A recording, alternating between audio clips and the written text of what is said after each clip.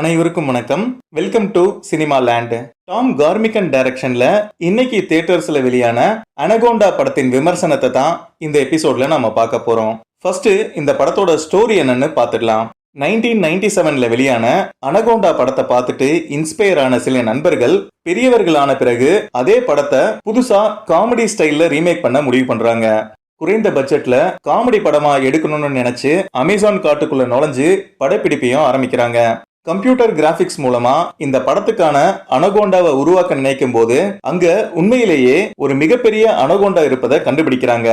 இதுக்கப்புறம் இவங்களோட movie shoot ஒரு ரியல் சர்வைவல் சிச்சுவேஷனா மாறிடுது. காட்டுக்குள்ள நடக்கிற குழப்பங்கள், தப்பிக்கிற முயற்சிகள், நடுவுல சேரும் புதிய கேரக்டர்ஸ் எல்லாம் சேர்ந்து ஒரு ஜாலியான காமெடி அட்வென்ச்சரா மாறுவதுதான் இந்த படத்துடைய மொத்த கதை. இனி இந்த படத்துல இருக்க இன்ட்ரெஸ்டிங்கான விஷயங்கள் எல்லாம் என்னென்ன என்பதை பார்த்துடலாம். இந்த படத்தோட கதை சீரியஸா பயமுற்ற சர்வைவல் த்ரில்லர் மாதிரி இல்ல.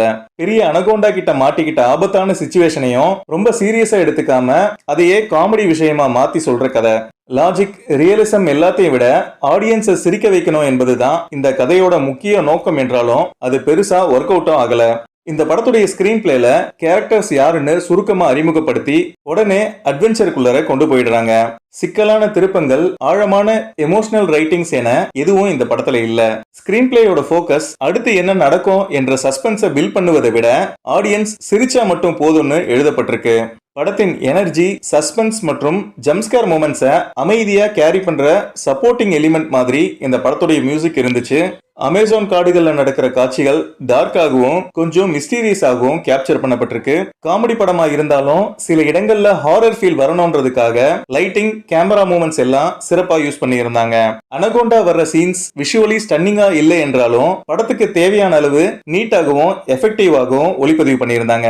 படத்தின் காமெடி டோனுக்கு ஏத்த மாதிரி லீட் கேரக்டர்ஸ்ல நடிச்ச நடிகர்களுடைய பெர்ஃபார்மன்ஸ் ரிலாக்ஸ்டா இருந்துச்சு. வழக்கம் போல பால் ரெட் க்ளூலெஸ்ஸா தெரிஞ்சாலும் இவருடைய கேரக்டரை நேச்சுரலா பண்ணியிருக்காரு. இவருக்கு அடுத்தபடியா ஜாக் பிளாக் ரொம்ப எனர்ஜெட்டிக்காகவும் கொஞ்சம் அதிகப்படியான காமெடி நடிப்போட நடித்திருப்பதால அவர் சம்பந்தப்பட்ட காட்சிகள் ரொம்ப காமெடியா இருந்துச்சு.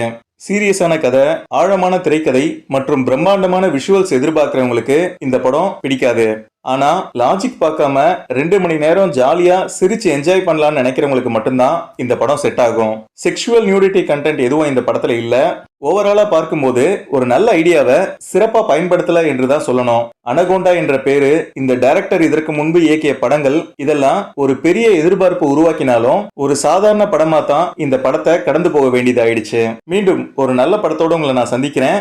இந்த வீடியோ உங்களுக்கு பிடிச்சிருந்தா லைக் பண்ணுங்க, மறக்காம என்னுடைய சேனலை சப்ஸ்கிரைப் பண்ணுங்க. நன்றி, வணக்கம்.